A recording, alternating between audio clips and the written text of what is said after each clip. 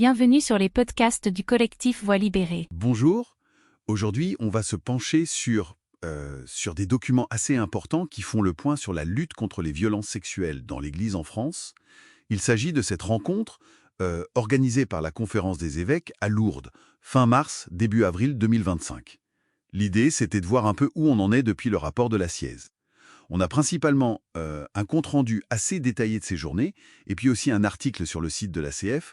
Donc, l'objectif pour nous, c'est de comprendre ce qui a avancé concrètement, et puis aussi ce qui coince encore un peu, qu'est-ce qui ressort vraiment de cette étape à Lourdes. Alors pour commencer, cette rencontre, c'était les 31 mars et 1er avril 2025. Pas mal de monde apparemment. Ah oui, plus de 300 participants. C'est significatif. Il y avait des personnes victimes, bien sûr, mais aussi des évêques, des acteurs de l'Église et même de la société civile. Et l'objectif affiché, c'était quoi exactement, elle? C'était d'échanger sur les dispositifs mis en place, d'identifier ce qui restait à faire, et surtout, c'était très clair dans le programme, de donner une vraie place à la parole des victimes. D'accord. Et ça s'est traduit comment? Des tables rondes, des ateliers? Oui, voilà, il y avait des tables rondes, des ateliers thématiques, des temps spirituels aussi, et puis un moment assez fort, la projection d'un spectacle, L'Enfant du silence, créé par une personne victime. Et cette place des victimes, elle était vraiment centrale. Oui, c'est ce qui frappe quand on lit les retours. Et notamment, le collectif Voix libérée était très présent, très actif. Ah oui, Oui, on les voyait avec leur polo distinctif, ils distribuaient des cartes, ils ont pris la parole, que ce soit en séance plénière ou de manière plus informelle.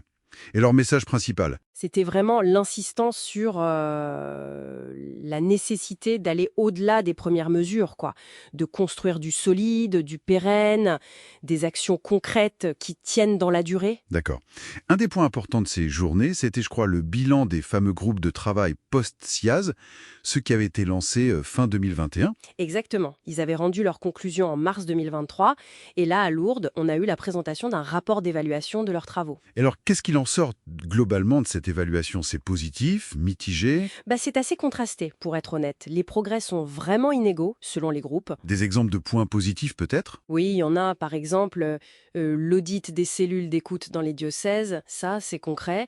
La création du groupe Plantatio pour repenser la formation dans les séminaires, c'est important aussi.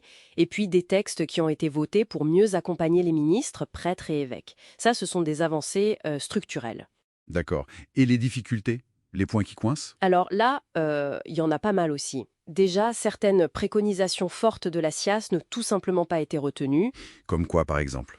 L'idée d'un observatoire national indépendant sur les violences sexuelles ou celle d'une assemblée synodale vraiment large qui a été, on va dire, remplacée par un conseil élargi dont on ne sait pas trop ce qu'il va faire concrètement. Et sur la mise en œuvre? C'est là que ça pêche souvent. Elle est décrite comme même lente, difficile à évaluer réellement sur le terrain. Parfois, les moyens mis en place semblent un peu disproportionnés ou pas adaptés, comme pour l'accompagnement des personnes mises en cause. D'autres points? Ouais, des questions clés qui restent en suspens. Comment on partage l'information sur un candidat refusé au séminaire? Comment on assure un suivi des victimes ou des auteurs dans la durée? Il y a aussi un manque de moyens humains qui est pointé, par exemple pour la vigilance dans les associations de fidèles. Et puis parfois, il manque des outils très basiques, comme des grilles d'entretien claires pour l'accompagnement. D'accord. Et enfin, il ne faut pas oublier que certains sujets, comme la réforme du droit de l'Église ou la place des femmes, ça dépend de décisions qui doivent venir de Rome, du Vatican. Ok, donc un bilan assez nuancé, on peut dire, avec des freins quand même importants, mais ça n'a pas empêché de présenter des initiatives concrètes pendant les ateliers. Non, heureusement. Malgré tout, des choses avancent. Par exemple, l'atelier sur le diplôme universitaire bientraitance à l'ICP de Paris a été présenté. D'ailleurs, Voix libérée s'y est intéressée. Ah oui? Oui. Et un autre atelier important, c'était sur le futur site Mémoire, ce projet commun entre la CEF et la COREF pour recueillir les témoignages. Là aussi, Voix libérée soutient activement. Et bien sûr, les instances de réparation, l'INIR et la CRR. Exactement. Présidées par Marie Derain et Antoine Garapon, elles ont été présentées. On a aussi parlé du Tribunal pénal canonique national, le TPCN, de la pastorale des victimes, de l'accompagnement des auteurs et du fonds CELAM qui finance la prévention. Donc, des structures qui existent ou se mettent en place. Et les tables rondes, quels étaient les thèmes abordés? Il y en a eu plusieurs. Une pour faire le point, où en sommes-nous? Une autre, plus spirituelle, une relecture du chemin parcouru. Un moment fort aussi avec Jean-Marc Sauvé, Marie de Rérin et Antoine Garapon sur l'accueil et l'accompagnement. D'accord. Et puis une discussion intéressante sur le dialogue entre l'Église et la société, avec une intervention remarquée de Catherine Champrenault, l'ancienne procureure générale, sur la question de l'imprescriptibilité. Sujet important. Et pour conclure ces journées, Voix libérée a eu le dernier mot? Ouais, c'est ça. Ils ont pris la parole à la fin.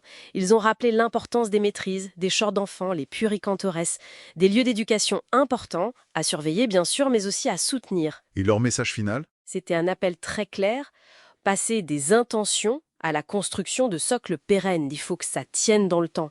Et d'ailleurs, on a vu réémerger l'idée d'un observatoire des violences sexuelles, qui avait pourtant été écarté au départ. Intéressant. Donc, si on essaye de synthétiser un peu ce qui ressort de tout ça? Ce qu'on voit bien à travers ces sources, c'est qu'il y a une dynamique, c'est certain. Une volonté affichée d'écouter, d'agir avec des structures qui se créent. Mais l'évaluation des groupes de travail, elle montre aussi, et c'est important, le décalage. C'est-à-dire? Le décalage entre les intentions, les annonces, et la mise en œuvre concrète, efficace, durable, partout sur le terrain. Ça reste un défi énorme. On sent qu'il y a des résistances, des inerties. Le fossé entre, disons, le central et le local, il est encore bien là. Ce qui amène peut-être à une dernière réflexion pour la suite. Au-delà des structures, des rapports, des procédures, la vraie question, c'est peut-être comment on s'assure que le changement de culture nécessaire, celui qui pourrait vraiment prévenir les abus, l'emprise, à long terme, comment faire pour que ça infuse vraiment partout dans l'Église, dans chaque paroisse, chaque communauté, au quotidien? Oui, c'est sans doute là que se situe le véritable enjeu, au-delà des effets d'annonce. La transformation en profondeur. Ce podcast a été produit et réalisé par le collectif Voix libérée. Pour nous écrire, partager ou témoigner, adressez-nous un mail à pecantores37@gmail.com. Parce que nos voix comptent. Parce que le silence n'est plus une option. Parce que la mémoire exige justice et vérité.